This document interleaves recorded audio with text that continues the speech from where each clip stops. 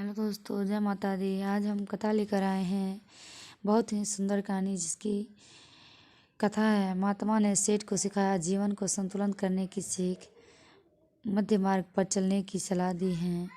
आशा करती हूँ ये कथा आप लोगों को बहुत अच्छी लगेगी। अगर अच्छी लगे तो सब्सक्राइब ज़रूर करें, बेल आइकन ज़रूर दबाएं, जिससे आपको अगली कथाएँ सबसे पहले आपके पास आ जाएंगे।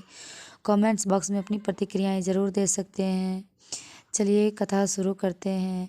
काफ़ी पुरानी कथा है। किसी शहर में एक सेठ रहता था। उसके पास अपार धन संपत्ति थी। समाज में उसकी अच्छी खासी प्रतिष्ठा भी थी, पर उसका मन सदैव अशांत रहता था। सब कुछ होने पर भी उसे अपने भीतर खालीपन महसूस होता था। एक दिन उसे पता चला कि शहर के बाहर एक महात्मा आए हैं। अगले ही दिन वह उनके पास जा पहुंचा।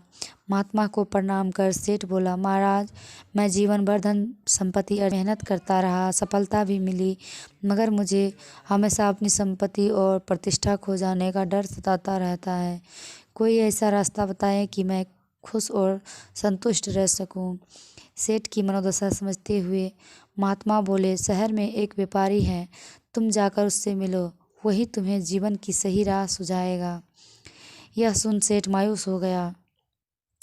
उसने सोचा, जब इतने पहुंचे हुए महात्मा कुछ नहीं समझा पा रहे हैं तो वह साधारण सा व्यापारी क्या बताएगा।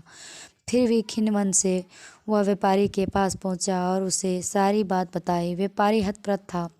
वह बोला, मेरे पास बताने को कुछ नहीं है, मैं तो ग्राहकों को सौदा तोल कर देता हूँ।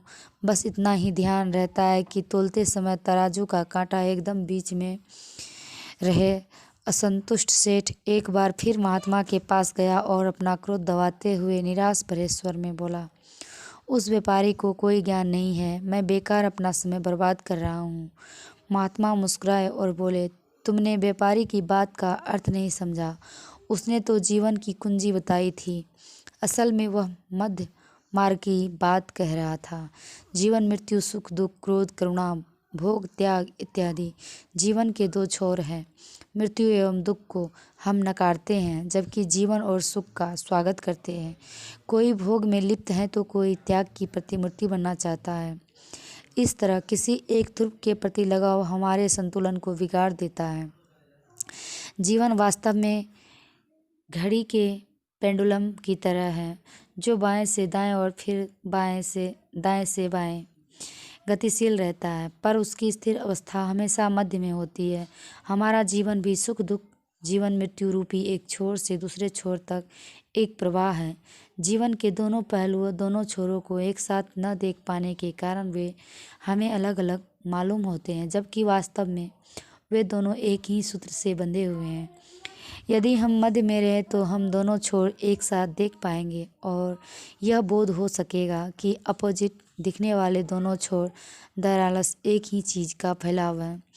इस तरह दोनों छोरों की स्वीकारता ही मध्य मार्ग है। इस स्वीकारता के हम संतुलन में होते हैं, ठीक वैसे ही जैसे रस्सी पर चलने वाला नट मध्य में रहकर रस्सी के बाईं और दाईं तरफ झुकता है और अपना संतुलन बनाए रखता है। मध्य में रहने से हम लचीले हो जाते हैं, हमारी दृष्टि सम्यक हो जाती है, हम बाहर और भीतर दोनों तरफ देख पाते हैं।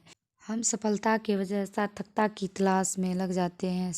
चित्त द्वंद्व से मुक्त हो तनाव रहित हो जाता है। मध्य वर्ग पर चलने वाला फूल एवं कांटों को एक ही सिक्के के दो पहलू मानते हुए फूल को उसकी समग्रता में स्वीकार करता है। ये थी हमारी आज की कथा। ध्यान से सुनने के लिए धन्यवाद। जय माता दी।